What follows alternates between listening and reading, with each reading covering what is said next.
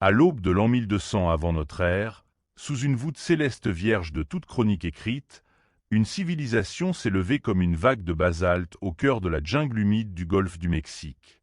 Les Olmèques. Leur nom, étranger à leur langue, fut forgé bien plus tard par les Nahuas. Ce peuple de la vallée de Mexico les désignait ainsi, selon la racine LLI, caoutchouc, pour leur mystérieuse pratique autour cette sève des arbres qui rebondit contre le sol. Mais tu ne trouveras ni témoignages gravés dans leur langue perdue, ni récits transmis par leur voix silencieuse depuis 3 millénaires. Seuls les indices matériels, dispersés dans la boue et les racines des marécages, murmurent leurs secrets, fragments d'un puzzle colossal, à l'image de ces têtes de 6 tonnes qui semblent observer, immobiles, à travers la brume du temps. Sous les frondaisons des cébas et des sapotiliers, là où les rivières Coatzacoalco et Papaloapan serpentaient jadis entre des terres fertiles. Des esprits humains ont soudainement organisé le chaos. Des milliers de mains ont extrait la pierre des carrières des monts Tuxtla, la transportant par des radeaux de troncs d'aulne, guidés par des courants imprévisibles comme les dieux qu'ils vénéraient peut-être. Les outils, des marteaux de granit, des ciseaux de jade, des cordes tressées dans les fibres de maguey. Aucune roue n'a roulé sur ces sols gluants, aucune poulie n'a soulevé ces masses. Et pourtant, des visages énigmatiques émergent de la roche, taillés avec une précision qui défie l'intuition de l'époque. Leur expression, une gravité impénétrable, des yeux en amande fixant l'horizon, comme s'il y cherchait une vérité enfouie sous les strates de l'histoire. Les archéologues, comme Matthew Sterling dans les années 1930, ont découvert ces têtes en déblayant les racines des figuiers étrangleurs à San Lorenzo et la 5e Anta. Certains visages arboraient des casques à entaille médiane, d'autres des traits qualifiables d'afro-américains, suscitant des débats sans fin sur l'ethnologie d'un peuple qui a laissé si peu de traces directes. Les visages semblent individualisés, sculptés non pas comme des archétypes divins, mais comme des effigies de dirigeants bien réels. Des études récentes, publiées dans Latin American Antiquity, soulignent que chaque sculpture porte des marques distinctes, peut-être des symboles de clan ou des emblèmes d'allégeance. Et cette obsession du visage, ses sourcils épais, ses lèvres épaisses, sont ceux des portraits de chefs, des ancêtres divinisés, ou des gisants de rois condamnés à veiller sur un monde qu'ils ne comprenaient plus. Mais par-delà la pierre, c'est l'organisation sociale qu'elle révèle qui fascine. Pour extraire, transporter et sculpter ces monolithes, il fallait des ingénieurs capables de mesurer des distances, des chefs mobilisant des centaines de bras, des prêtres sanctifiant l'effort. Un article de 2022 dans Proceedings of the National Academy of Sciences révèle que les Olmèques maîtrisaient une forme de géométrisation des espaces sacrés. Les alignements astronomiques de la 5e Anta suggèrent une compréhension du solstice et des cycles lunaires. Leur religion, encore obscure, pourrait avoir ancré ces structures dans un cosmos où le temps n'était pas une flèche mais un cercle perpétuel. Pourtant, l'énigme demeure. Pourquoi ces têtes, et non des temples ou des écritures? Les Olmèques ont laissé des glyphes précurseurs, certes, sur des tablettes en os et des haches rituelles de jade, mais aucun texte narratif. Leur héritage, comme ces têtes enfouies sous la végétation après leur déclin vers 400 avant notre ère, semble dire que toute grandeur finit par se dissoudre dans la pourriture fertile de la terre. Et toi, aujourd'hui, en contemplant ces visages de basalte, tu te demandes si leurs sculpteurs savaient qu'ils inscrivaient dans la pierre une question sans réponse. Qui sommes-nous, si nos monuments survivent à notre histoire? Des fragments de basalte arrachés au flanc du Cerro Saint-Épec, sous un soleil qui flétrit les feuilles des sapotiliers. Plus de 40 kilomètres, parfois, entre la carrière et l'emplacement final. Des centaines d'hommes, des cordes de lianes, des billots de bois roulant sur des pistes de boue séchée. Tu peux presque entendre les chants rythmant la traction des monolithes, les craquements du matériel rudimentaire, l'écho des outils de silex heurtant la pierre. En 2005, l'équipe d'Anne Ciffer, archéologue de l'Université nationale du Mexique, a reconstitué ces trajets en suivant les sillons fossilisés dans l'argile. Un exploit logistique, mais aussi un acte de foi. Chaque tête pesait entre 8 et 50 tonnes, et chacune demandait des mois, peut-être des années, pour émerger d'une matrice rocheuse. À San Lorenzo, la plus ancienne des cités olmèques, les premières têtes émergent vers 900 avant notre ère. Leur visage semble fixer un point immatériel. Les yeux en amande, soulignés par des orbites creusées d'ombre. Certains portent un casque en forme de M, d'autres des bandeaux ornés de motifs géométriques. Ce n'est pas l'anatomie idéale des dieux, mais celle, singulièrement humaine, de dirigeants. Michael Coe, dans ses fouilles des années 1960, a suggéré qu'elles représentaient des chefs d'État déifiés, des intermédiaires entre les hommes et les forces telluriques. D'autres, comme le linguiste Stephen Houston, proposent une lecture plus subtile, des portraits de guerriers évoquant un lignage, plutôt qu'un culte de la personnalité. Les données sont claires. Sur les 17 têtes identifiées, chacune porte des stigmates uniques, nez épatés, lèvres ourlées, plis des paupières, qui excluent la répétition rituelle. À la 5e enta, le site le plus mystérieux, la disposition des têtes forme un triangle avec les blocs de gabbro des autels 4 et 5. La structure semble calibrée pour une cérémonie. Peut-être un rite de passage. Les fragments d'oléorésines analysés par le laboratoire du CNRS en 2018 révèlent des huiles végétales utilisées dans les offrandes. Tu imagines la scène. Des prêtres enduits de braise au craie, le souffle court sous la chaleur humide, entourant un feu où brûlent des résines d'encens. Les têtes, sculptées dans une pierre venue d'ailleurs, devenaient alors des gardiens de seuil, entre le profane et le sacré, entre la vie et la mémoire. Pourtant, pourquoi ces visages massifs, aux traits exagérément noiresques selon certains chercheurs, comme Matthew Sterling dans ses rapports du Smithsonian Institute? Herman Kinder, lui, évoque un lien avec des ancêtres mythiques ou astraux, des figures nées de la contemplation des constellations. D'autres, plus sceptiques, parlent de stéréotypes sociaux, une manière de marquer la supériorité d'une élite par une stylisation exagérée. En 2023, une équipe de l'INA a découvert sous la tête 3 de trésapodes des sillons qui pourraient correspondre à un système d'alignement lunaire. Les mystères résistent. Toi, en marchant entre ces géants silencieux, tu ressens une tension étrange. Ces sculptures, conçues pour durer, semblent aujourd'hui prisonnières d'un paradoxe. Elles nous parlent d'un pouvoir évanoui, d'une croyance effritée. Mais leur poids dans la terre continue d'exercer une force. Comme si ces pierres, naguère dressées vers le ciel, étaient devenues des aimants à question. Combien de mains anonymes ont taillé ces sourcils froncés? Et si, dans leurs yeux aveuglés par le temps, se cachait encore l'écho d'un message que nous n'avons pas su déchiffrer?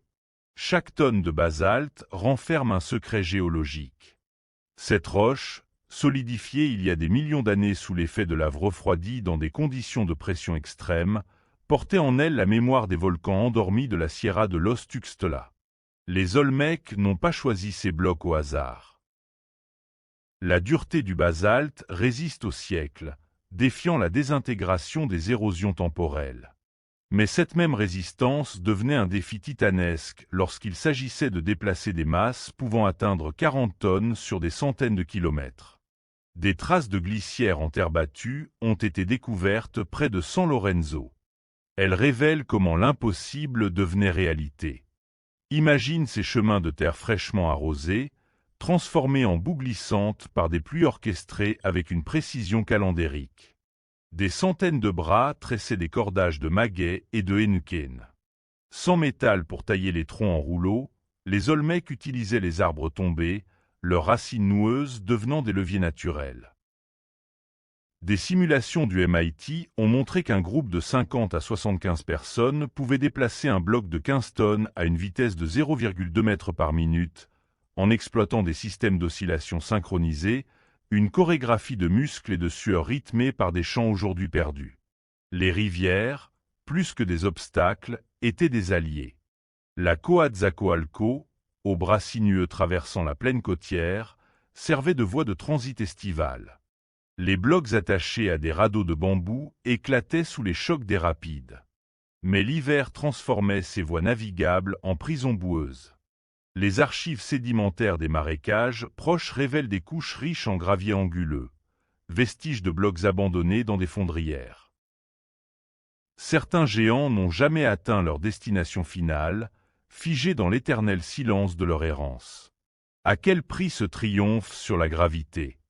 Les squelettes excavés à Trésapote montrent des vertèbres déformées par l'épuisement chronique, des articulations des membres inférieurs érodées par des décennies de tension. Les textes glyphiques, encore partiellement déchiffrés, évoquent des rituels préalables. Des offrandes d'obsidienne et de cacao avant chaque étape. Ces mouvements n'étaient pas simplement logistiques, mais cosmiques. Chaque pierre transportée était peut-être perçue comme un être vivant, son esprit apaisé par des cérémonies pour éviter qu'elle ne retourne à la montagne mère. Quand, enfin, un bloc parvenait à destination, il fallait l'élever. Les études d'archéologie expérimentale menées par l'équipe de David Grove dans les années 1980 ont montré comment des empilements de terre et de rondins permettaient des rotations précises. Aucune preuve matérielle ne confirme s'il s'agissait de méthodes Olmec ou d'inventions postérieures.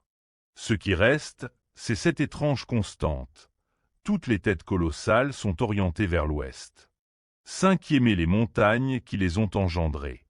Comme si, malgré leur déplacement, elles refusaient de tourner le dos à leur lieu de naissance. Et si ce n'était pas vers le ciel qu'elles tendaient leur visage, mais vers le sol? Pas des messages adressés aux étoiles, mais des racines plongeant dans la mémoire de la terre elle-même.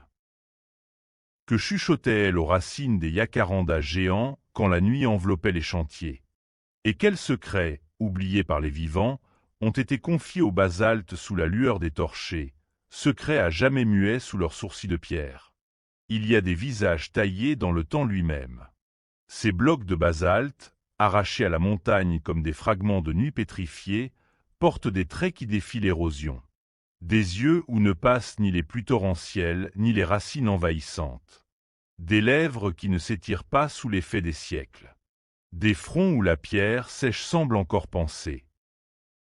La texture brute de la roche contraste avec la précision des contours, comme si les sculpteurs olmèques avaient pressé la matière entre leurs paumes jusqu'à ce qu'elle cède le secret d'une humanité figée. À la Cinquiemanta, San Lorenzo, Trésapote, ces monuments défient les lois du possible. Comment des outils de bronze ou de pierre, sans électricité ni moteur, ont-ils pu creuser si profondément dans une roche si dense? Les analyses récentes du groupe de Marie-Paul révèlent que chaque tête exigeait l'équivalent de 5 années-hommes de travail, des équipes de 20 personnes minimum, des techniques de levage inédites. Et pourtant, ces visages ne portent aucune trace de fatigue. Leur regard, tourné vers un horizon intérieur, ignore la pesanteur du monde. Certains anthropologues, comme Michael Coe, y ont vu des portraits de chefs, des souverains divinisés. D'autres, comme Anne Siffer, ont relevé les détails qui trahissent un code. Les coiffes en forme de casque, les traits exagérés des pommettes, les lèvres épaisses stylisées comme des vagues figées. Ces éléments ne reproduisent pas des visages réels, mais dessinent une grammaire de symboles. Une équipe de l'Université nationale autonome du Mexique a récemment comparé ces traits à des représentations de jaguars dans l'art olmèque, la gueule ouverte, les canines incurvées, la puissance contenue dans la mandibule. Peut-être ces têtes ne représentaient-elles pas des hommes, mais des passages entre espèces, des visages hybrides où se fondaient la force animale et l'autorité humaine. Sur certaines sculptures de Trésapote, les narines sont soulignées par des entailles verticales qui évoquent les vibrisses d'un félin. D'autres, à San Lorenzo, arborent des cicatrices rituelles, des entailles sur la joue qui rappellent les marques d'initiation pratiquées par les Mayas bien plus tard. Mais qu'ont vu ces visages sculptés? Des processions de porteurs hissant des blocs sur des rouleaux de bois. Des feux de forge allumés pour polir la pierre. Des oracles murmurant des prières à la lave refroidie. Les traces du temps sont plus cruelles que les humains. Les pluies acides ont rongé les détails les plus fins, l'oxygène a taché la roche d'un bleu de chair morte. Et pourtant, les sourcils de basalte, épais comme des barreaux de prison, tiennent bon. Une étude publiée en 2023 dans Antiquity à mesurer l'angle d'érosion de ces sculptures, révélant que celles exposées à l'est, face aux premiers rayons du soleil, portaient des traces plus prononcées, comme si la lumière elle-même, au fil des millénaires, avait tenté d'effacer leurs expressions. Et si elles nous fixaient de leurs orbites vides, si leur bouche, close depuis 3000 ans, retenait une syllabe unique, un mot perdu qui résonnerait encore dans le sol où elles reposent. La nuit, les guides des sites racontent que les vents s'engouffrent parfois dans leurs cavités, produisant un sifflement bas. Une vibration qui rappelle le cri étouffé des jaguars. Mais personne n'a pu prouver que ces sons proviennent des pierres elles-mêmes ou de nos propres attentes. Que reste-t-il d'un visage quand il a perdu son corps, son époque, sa langue? Une énigme de matière brute, peut-être. Ou bien un miroir trouble, où les vivants projettent leur terreur et leurs rêves. Quand les archéologues fouillent autour de ces têtes, ils trouvent des fragments de poterie, des pointes de projectiles, parfois des os calcinés.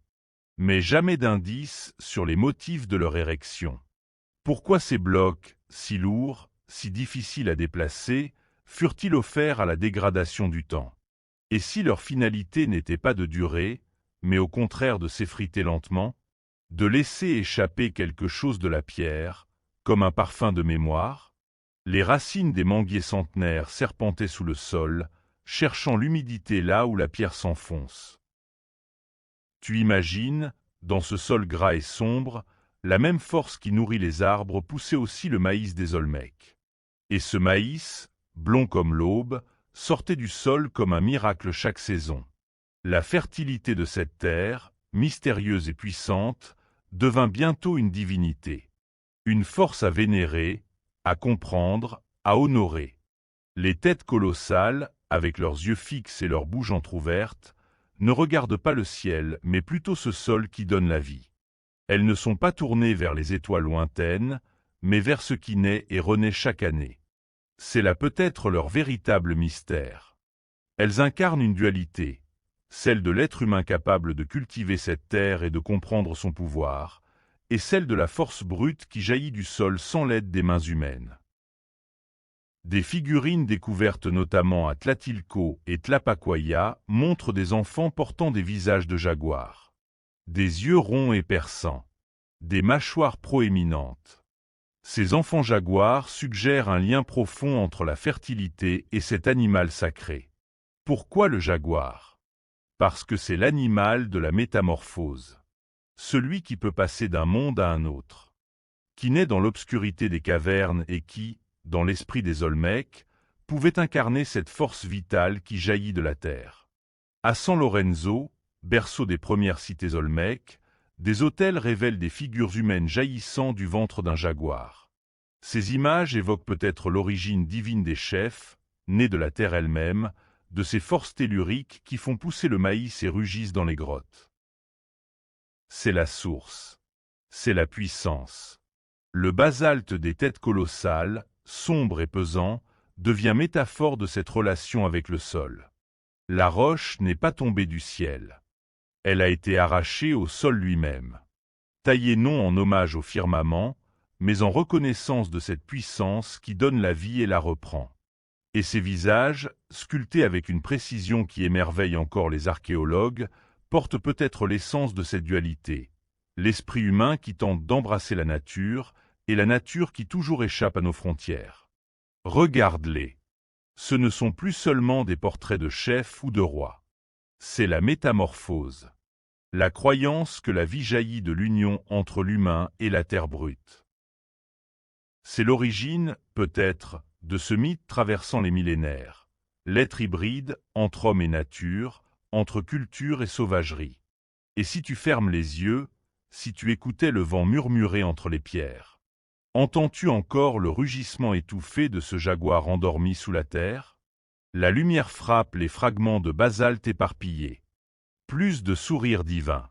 Juste des visages brisés, des énigmes figées dans la pierre. Ces géants, autrefois ancrés dans le sol comme sentinelles éternelles, gisent aujourd'hui renversés, engloutis par les racines, parfois brisés comme si une colère divine voulait effacer leur mémoire. Qui sait quand les derniers Olmèques ont cessé d'entendre le chant des ciseaux? Mais entre 400 et 350 avant notre ère, un silence s'est abattu sur San Lorenzo, la Cinquiemanta et Tresapote. Un silence que les archéologues appellent effondrement, mais qui résonne davantage comme une disparition. L'équipe de la UNAM fouille les sols. Ils trouvent des strates où les cendres domestiques disparaissent, remplacées par des sédiments argileux. Ce n'est pas une guerre brève. Ce n'est pas une catastrophe soudaine. C'est un lent abandon, comme si les villages s'étaient vidés sur des générations. Des indices évoquent un déluge de boue, né de déforestation pour le jade et le bois. Les modèles climatiques de l'IRD confirment des sécheresses prolongées, ruinant les récoltes de maïs, fondement des civilisations mésoaméricaines. Pourtant, une autre piste intrigue les spécialistes, l'hypermétropie de leur structure sociale. L'équipe de l'Université de Cambridge a comparé les isotopes d'azote dans les ossements de chefs et d'agriculteurs. Résultat saisissant, l'élite olmèque dépendait presque exclusivement de protéines animales. Les paysans, eux, survivaient à base de céréales. Un écart nutritionnel qui, selon le professeur Arthur Joyce, pourrait avoir généré des tensions internes insoutenables. Des rumeurs de révolte passent dans les plis des glyphes non déchiffrés de la Cinquiemanta. Là, des mains anonymes ont gratté les visages sculptés sur certains autels. La pierre elle-même raconte peut-être l'histoire de révolte contre des maîtres obsédés par les visions chamaniques. Mais peut-être faut-il chercher ailleurs. Plus loin, du côté de ces fragments de monuments retrouvés à Teotihuacan, des siècles plus tard. Les chimistes du Seigney y ont identifié des traces de pigments rouges venus des mines olmèques. Comme si les conquérants du Nord avaient récupéré les vestiges de cette civilisation pour en faire des trophées. Une théorie plus troublante encore. En analysant les résidus de copal dans les brasiers rituels de Cerro de las Mesas, des chercheurs ont constaté une baisse soudaine de la qualité des offrandes. Comme si les dieux eux-mêmes, mécontents d'un culte défaillant, avaient détourné leur regard. À Tresapote, les racines des figuiers étrangleurs enserrant les têtes colossales forment des visages multiples, humains, végétaux, minéraux. Comme une tentative de la nature de recoudre les morceaux d'un mythe déchiré. Un mystère persiste pourtant. Comment une civilisation capable de déplacer des blocs de 8 tonnes sans roue ni bête de somme a-t-elle disparu si complètement? Les vents qui soufflent entre les pierres murmurent encore les échos d'une voix oubliée. L'entends-tu, toi aussi, cette vibration sourde qui naît là où le basalte rejoint les racines, là où l'humain et le sauvage se confondent encore? Tu tiens entre tes mains une brique de stuc d'un temple maya. Sa surface, lisse comme la peau d'un jaguar endormi, conserve encore les empreintes des paumes qui l'ont malaxé il y a 2 millénaires. C'est à la Cinquiemanta, au cœur des marécages du golfe mexicain, que les Olmèques ont inventé ce procédé. Il permettait de sculpter des reliefs d'une finesse inégalée. Ce savoir, transmis comme une braise sacrée, traversera les siècles jusqu'aux chantiers de Tikal et de Palenque. Là, les artisans reproduiront avec ferveur les gestes des premiers bâtisseurs. Au fond d'Eltagin, une frise rupestre dévoile un détail troublant. Une scène de jeu de balle où les joueurs portent des protections à la ceinture, identique au yoke de basalte des Olmèques. Cette similitude n'est pas anecdotique. Depuis les fouilles de Paso de la Hamada en 1999, les archéologues savent que les Olmèques ont codifié les règles de la pelote bien avant les Aztèques.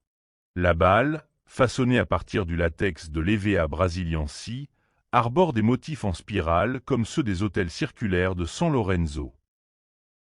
Pourtant, l'héritage olmèque ne se niche pas seulement dans la pierre. L'analyse des glyphes mayas par David Stuart en 2003 a révélé une dette inattendue. Les premiers signes hiéroglyphiques, gravés sur des poteries vers 900 avant Jésus-Christ, reprennent des symboles olmèques. Le cercle avec point central symbolisant le soleil. Les canines crochues associées aux divinités félines. Intégrés à l'écriture maya, ces éléments devenaient les lettres d'un alphabet cosmique, reliant l'humain au divin, selon une syntaxe héritée de la jungle primitive. Mais il est un héritage plus subtil encore, presque imperceptible. Celui qui lie les visages rieurs des figurines de Tlatilco à ceux des dieux aztèques du maïs. La découverte en 2022, dans un tumulus du Guerrero, d'une statuette représentant une femme tenant un enfant sur ses genoux a relancé le débat. Les canons esthétiques olmèques, ses visages ronds, ses mains ouvertes, ce mélange d'humain et de bestialité, auraient-ils semé les gènes d'une mythologie latine? Les comparaisons morphométriques menées par l'Université de Mexico montrent que les proportions faciales des statues aztèques de Xochipilli reproduisent avec une fidélité troublante celles des monuments olmèques. Et ces têtes colossales, dont les yeux bridés fixent un horizon perdu? À Texcoco, un sculpteur inconnu du Ve siècle a taillé dans l'andésite un visage qui reprend point par point les caractéristiques des monolithes de Trézapote. Comme si, malgré les conquêtes et les cendres, une mémoire génétique du basalte persistait, refusant de céder à l'oubli. Les spécialistes du CNRS, analysant les traces d'abrasion sur ces œuvres tardives, y déchiffrent des techniques de polissage inchangées depuis 3 millénaires. Alors, tandis que tes doigts suivent les sillons d'un masque en jadéite retrouvé dans un tombeau de Copan, tu sens un frisson parcourir tes vertèbres. Ce même jadéite, importé par les Olmèques depuis les montagnes du Guatemala, a été taillé selon les angles d'attaque d'une dizaine de degrés, une méthode décrite en 2015 par l'équipe de Rosemary Joyce dans ses études sur les ateliers de la 5e ANTA. Comment un geste si précis, si ancien, a-t-il pu voyager dans le temps, comme un secret murmuré de main en main, de forêt en cité? Le visage du dieu du maïs aztèque, avec sa bouche entr'ouverte et ses pommettes saillantes, n'est-il qu'un masque superposé à celui du dieu olmèque de la pluie? Et si ces cultures n'étaient que des feuilles d'un même arbre, dont les racines plongent dans le basalte des premiers autels? La lumière rasante du matin glisse sur la surface d'un bloc à moitié libéré du lit de rivières anciennes. Ce n'est pas une tête colossale achevée, dressée sur son socle rituel, mais une ébauche figée dans le temps, une bouche à peine ébauchée, un contour de joue interrompu par une fracture brute. Plusieurs de ces monuments inaboutis ont été découverts à San Lorenzo, sur les hauteurs dominant l'ancienne couche fluviale. La dernière étude, publiée en 2023 par l'équipe de la Dr. Rebecca Storey, spécialiste des pathologies olmèques, suggère que certains outils en obsidienne abandonnés près de ces blocs portaient des traces de sang humain. Un rituel interrompu? Un ouvrier sacrifié par erreur sur une dalle trop lourde? Les indices s'entremêlent, comme les veines du basalte, empêchant les archéologues de déchiffrer le fil continu d'un récit. Rappelle-toi ces sillons parallèles observés à la 5e ANTA, tracés à la surface des carrières désertées. Les géophysiciens du MIT, en collaboration avec l'Institut national d'anthropologie mexicain, y ont récemment identifié des motifs quasi fractales, similaires au schéma d'érosion d'un sable mouillé. Un guide de taille? Une cosmologie incrustée dans la roche avant même de la sculpter? Les traces d'ocre rouge, toujours visibles sur certaines parois, pourraient indiquer des marquages rituels, des prières minérales adressées aux esprits des monts Tuxtla, source du basalte sacré. Et si ces lignes inachevées étaient des cartographies d'un autre ordre, des chemins invisibles entre le monde des vivants et celui des ancêtres sculpteurs? Sur place, les fouilles récentes ont mis au jour des enclumes de granit usé, entourées de fragments de quartz. Ces pierres, peut-être utilisées pour polir les visages des dieux, portaient des stries dont l'orientation varie selon la profondeur du site. Comme si chaque génération avait modifié la direction du mouvement, le geste de taille devenant lui-même une narration changeante. Les analyses isotopiques révèlent que certains quartz proviennent de gisements situés à plus de 150 km, suggérant des réseaux d'échanges complexes. Pourquoi alors ces outils raffinés, ces voies d'approvisionnement maintenues, ont-ils été laissés sur place, comme des mots suspendus en pleine phrase? Il y a ce mystérieux bloc 17 de Cerro de las Mesas, couvert d'entailles superposées, comme si plusieurs mains s'étaient relayées, désorientées, avant d'abandonner finalement le visage à sa masse brute. Pourtant, le sismographe du site indique clairement « Aucun tremblement de terre majeur ne coïncide avec la date d'abandon, estimée entre 900 et 850 avant notre ère. » Et d'autres pistes émergent. En 2021, des restes de résine de copal brûlée trouvés à l'intérieur de creux inutilisés pourraient révéler un rituel de fermeture, un acte volontaire de non-achèvement symbolique. Comme si laisser une œuvre incomplète conférait un pouvoir particulier. Une prière en attente de réponse sculptée dans la pierre. Et que dire de ces statues renversées avant même d'être extraites? À Trézapote, des traces de cordage carbonisé suggèrent des tentatives avortées. Les simulations informatiques d'ingénierie menées par l'Université de Californie montrent que soulever un monolithe de 20 tonnes sans rupture de tension exigeait au moins 4 équipes parfaitement synchronisées. Un déséquilibre, une corde cassée, et le visage sacré basculait, disloquant non seulement le projet, mais peut-être la cohésion interne du groupe. Ces échecs matériels pourraient refléter des fractures sociales, des tensions entre clans rivaux, des conflits enfouis dans l'argile des fondations. Devant ces visages qui n'ont jamais eu Dieu, tu te demandes alors si l'inachevé n'était pas aussi parlant que l'accompli. Les Olmecs voyaient-ils dans la pierre un matériau à dompter, ou bien un être à convaincre? Quand la roche résistait, quand les failles internes éclataient sous les coups, l'œuvre devenait un message. Un dialogue où l'échec révélait autant que la réussite. Qu'aurait dit l'un de ces visages inaboutis, s'il avait pu s'achever? Et si son silence était justement le message le plus précieux? Sous la voûte végétale du 5e Racruz, les échos des marteaux-piqueurs se mêlent aux cris des singes hurleurs. En 2023, les relevés lidar de l'Institut national d'anthropologie et d'histoire du Mexique ont mis au jour, sous 2 mètres de racines et de sédiments, une 14e tête colossale. Son front érodé porte encore la trace d'une corde de 3 mètres de diamètre, abandonnée après avoir glissé sur la pente argileuse. Cette découverte n'est pas un aboutissement, mais une percée. Les analyses génétiques des résidus autour de ces yeux de basalte montrent des traces d'amarante et de maïs germé. Des indices de rituels d'offrande liés au cycle des pluies. Ici, chaque grain de sable renferme une mémoire enfouie. Et les machines qui percent la jungle révèlent surtout l'immensité de ce qui reste à comprendre. Les archéologues l'ont confirmé en croisant les données climatiques des carottes sédimentaires du golfe du Mexique. Les routes processionnaires des Olmecs suivaient précisément les couloirs de migration des jaguars.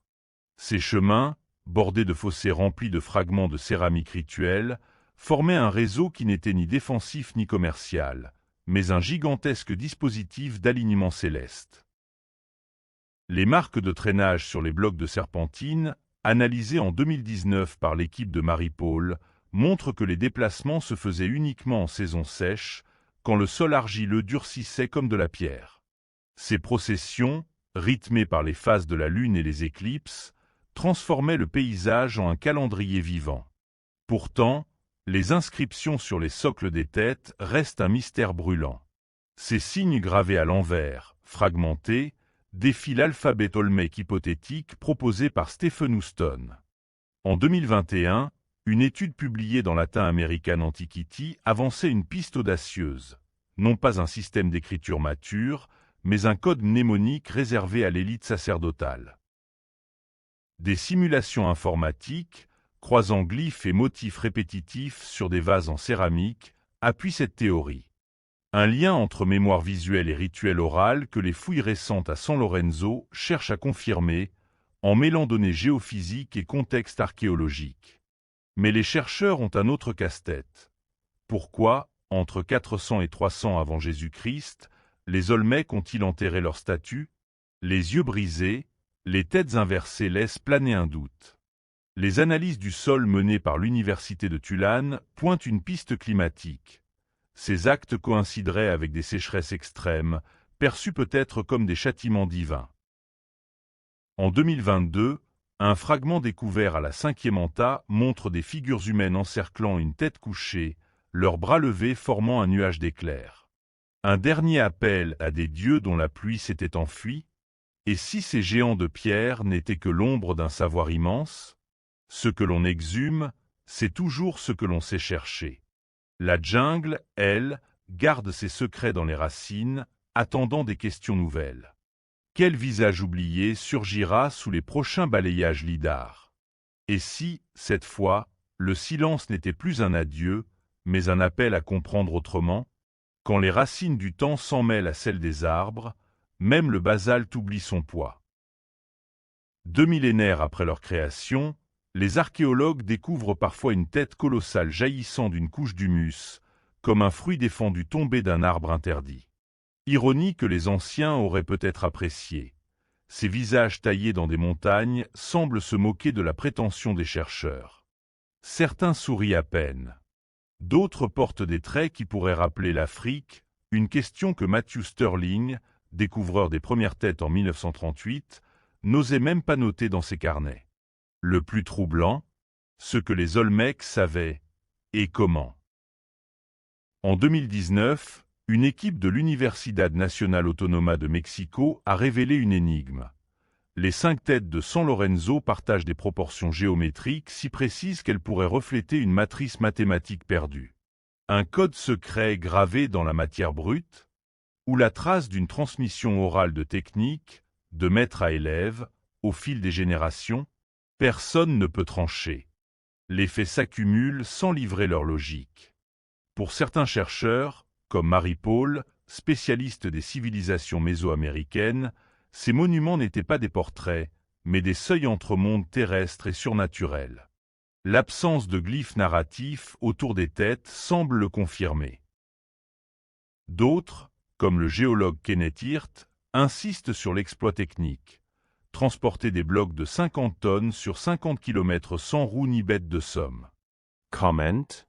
Des simulations de l'Institut de physique des géomatériaux à Grenoble, publiées en 2021, ont testé des cordes de lianes et des chemins glissants arrosés d'eau.